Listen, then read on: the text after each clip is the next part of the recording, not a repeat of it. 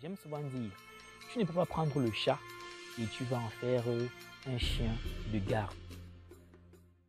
Bonsoir à vous, j'espère que vous allez très bien aujourd'hui.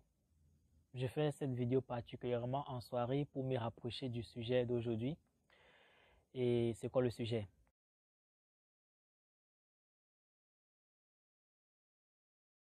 Il s'agit ici de donner du whisky ou de l'alcool au chien pour rendre le chien méchant. Vous savez, chez nous en Afrique, c'est quelque chose que nous avons l'habitude de faire. Beaucoup de gens aiment bien faire cela. Lorsque ton chien n'est pas méchant, lorsque ton chien n'aboie pas la nuit, lorsqu'il ne réagit pas, lorsqu'il ne repousse pas les gens, la première chose c'est, bon, il faut donner du whisky au chien pour qu'il soit méchant. C'est ce que les oncles ont souvent fait, les grands-parents l'ont souvent fait. Mais est-ce que ça fonctionne réellement? C'est la question qu'il faut se poser. Il y a plusieurs personnes qui m'ont contacté en me soulevant le souci qu'ils ont avec ces personnes-là, qu'elles ont avec leur chien, disant que le chien ne réagit pas et après la personne me demande est-ce que je peux donner du whisky au chien? J'ai mon voisin d'ailleurs qui l'a fait et ça fonctionne très bien. Donc là, il est convaincu que le whisky fonctionne. Et quand je dis non, ça ne fonctionne pas, il est un peu étonné parce que son voisin l'a fait et a eu du résultat. Son ami l'a fait et il y a eu du résultat. D'autres personnes l'ont fait et il y a eu du résultat. Mais est-ce que ces résultats sont valables? Est-ce qu'il n'y a pas une coïncidence derrière ces résultats-là? Qu'est-ce que je veux par là dire? Si tu te retrouves en train de prendre un chien, si ton ami ton ami te dit qu'il avait donné du whisky à son chien et ça a rendu son chien méchant. Donc c'est une solution pour avoir un chien agressif, méchant, qui va bien garder ta maison. Ton ami peut-être il avait eu un chiot, il avait acheté un chiot ou bien il avait acheté un chien de race, particulièrement les chiens de garde. Par exemple un Rottweiler, un Doberman, un Pitbull, un Cane Corso, qui sont les chiens de garde, un berger allemand, un berger belge malinois, qui sont génétiquement programmés pour de la garde. Donc ces races de chiens, en effet, vous n'avez pas besoin de les dresser pour qu'ils gardent votre maison. Non. Déjà, je tiens à préciser qu'un chien de garde, on ne forme pas un chien pour la garde. C'est différent de chiens de sécurité qui travaillent avec un maître chien ou bien qui travaille en équipe avec son binôme. C'est différent. Chien de garde veut dire le chien est là pour mener la garde. Ça doit être de son instinct parce que on n'apprend pas à un chien à garder. Non, on n'apprend pas un chien à garder. Il sait instinctivement protéger son territoire. S'il vit dans ta cour depuis plus de 2 mois, 3 mois, 4 mois, plus de 1 an, ça devient son environnement et il se doit de protéger son environnement. Les gens ne doivent pas venir à n'importe quel moment. Donc ça doit être, c'est l'instinct. C'est l'instinct qui amène le chien à réagir ainsi. Donc, pour revenir sur le point, lorsque l'ami d'une personne, le voisin, le frère dit j'ai donné du whisky à mon chien et ça a marché. 3 personnes te disent ça, normalement ça va t'influencer. Mais pose-toi la question, est-ce qu'il n'y a pas de coïncidence? Peut-être, même pas peut-être, le gars a eu un chiot, il a acheté un chiot, berger allemand ou Rottweiler, avec des venant issus de très bons parents, avec un très bon pédigré de chiens de garde. Donc les chiens de race. Il a pris le chiot et je tiens à préciser le chiot, génétiquement programmé pour devenir un chien de garde. Le gars a constaté au bout de, quand le chiot avait peut-être 5 mois, 6 mois, 7 mois, que le chien ne réagissait pas trop. Il a commencé à donner du whisky au chien. Et lorsque le chien, il a donné du whisky au chien pendant 1 mois, 2 mois, 3 mois, et lorsque le chien atteint l'âge de 1 an, le chien s'est mis à garder la maison. Et puis la personne s'est dit, c'est le whisky qui a amené mon chien à devenir ainsi. Pourtant, c'est faux. Le chien était génétiquement programmé pour qu'à un certain âge, il commence à mener la garde. Parce qu'un chiot ne sait pas garder un territoire. À 5 mois, un chiot ne sait pas garder un territoire. C'est en lui, mais il n'est pas encore assez mature pour pouvoir protéger. Il ne peut pas encore repousser les bandits. Même s'il a du courage, ça reste un chiot. Mais un chien de 1 an, Rottweiler, berger allemand, berger belge malinois, il y a déjà un peu ce côté mature qui va amener le chien à pouvoir protéger son territoire. Donc,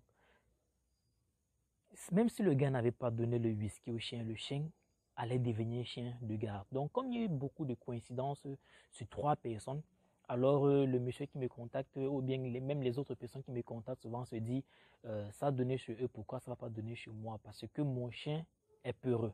Donc là, c'est parce que il dit son chien est peureux, son heureux. Il dit son chien n'aboie pas, il dit son chien ne réagit pas. Vraiment, il ne sait pas quoi faire. Alors, j'ai dit au monsieur, est-ce que ton chien a la génétique pour pouvoir le faire? Est-ce qu'il est vraiment de race? Parce que ce n'est pas tous les chiens qui sont faits pour garder.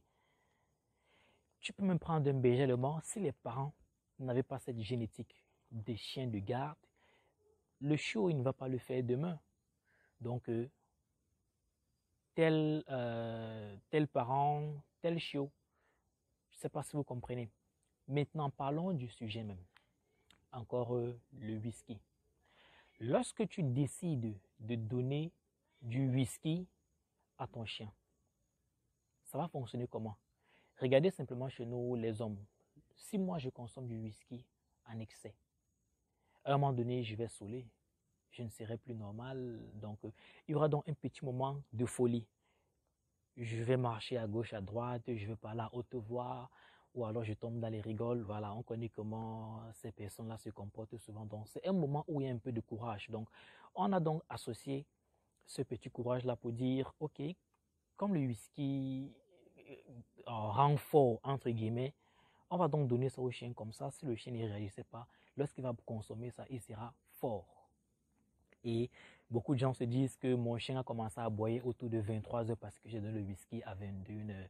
Beaucoup de coïncidences, mais je vous dis, ça ne fonctionne pas. Au contraire, c'est très dangereux pour votre chien, le whisky. Donc, je continue. C'est pour dire que quoi?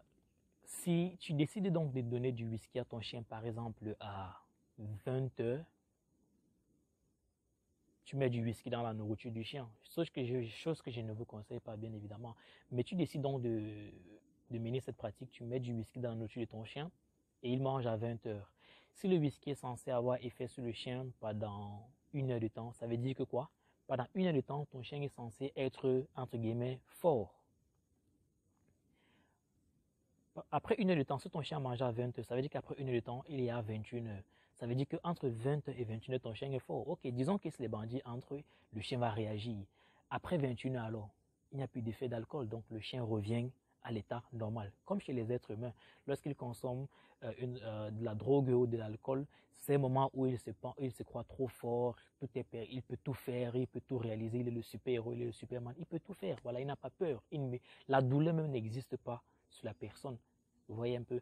Donc, le chien va donc réagir. Et après ça, lorsque 1 heure passe, ton chien revient à normal. Ça veut dire qu'entre 21 heures jusqu'à 22 heures, 22 heures jusqu'à 6 heures encore, ton chien ne va plus garder la maison. Donc, ça va servir à quoi? Mais ce qui est pire est que donner du whisky à un animal, vraiment, ça va désorienter l'animal. C'est très dangereux. Parce que, disons, tu peux même donner du whisky à ton chien et voilà, il saoule. Vous avez vu, lorsque votre ami ou bien quelqu'un en route là se met à saouler, il ne remarque même personne. Ça veut donc dire que, si on veut donc comparer ça au chien, ça veut dire que si tu donnes du whisky à ton chien, il ne va aussi remarquer personne, ainsi que toi le maître. Donc si le chien est censé se comporter de façon très agressive, il va t'agresser. Donc c'est ça, soit le chien va devenir furieux, il va devenir bizarre, soit il va commencer.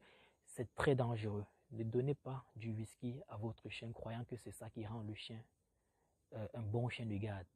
Ça ne fonctionne jamais, ça ne va jamais fonctionner. C'est la génétique. J'aime souvent dire, tu ne peux pas prendre le chat et tu vas en faire un chien de garde. Non.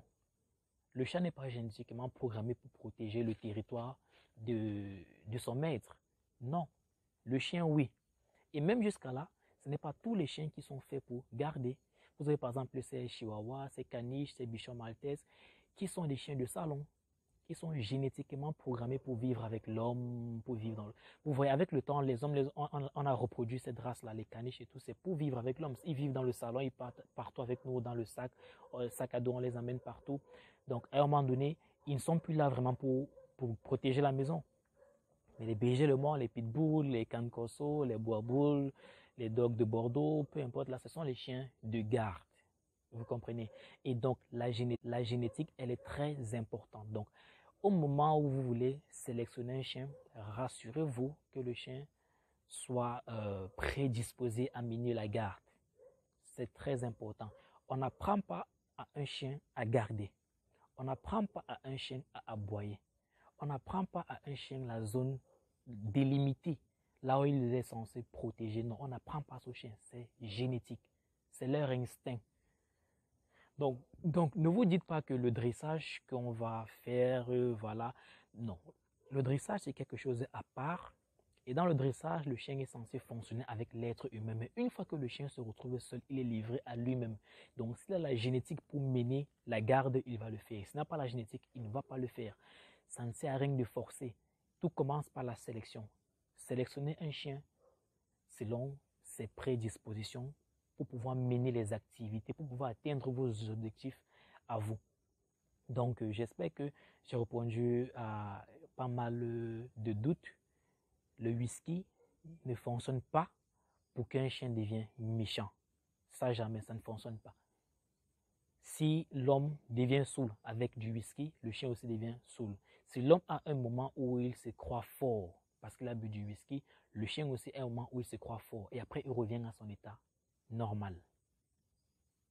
Donc, prenez le chien nécessaire, prenez la bonne race, choisissez la bonne génétique, allez vers la bonne génétique. Et puis prenez votre chien et mettez-le dans la maison, socialisez le chiot dès le départ. Et lorsqu'il va grandir, il va mener sa garde seul. Je dis bien seul. La garde est différente, est très différente de, quand on parle de chien de garde, c'est un chien qui vit seul dans sa cour, il protège sa maison. Mais lorsqu'on parle d'un chien de sécurité, d'intervention, il travaille avec un maître. C'est deux choses différentes, très différentes qu'il ne faut pas du tout mélanger. Donc, arrêtez avec le whisky, ça ne fonctionne pas, ça ne va jamais fonctionner, ça va détruire votre chien, c'est très dangereux.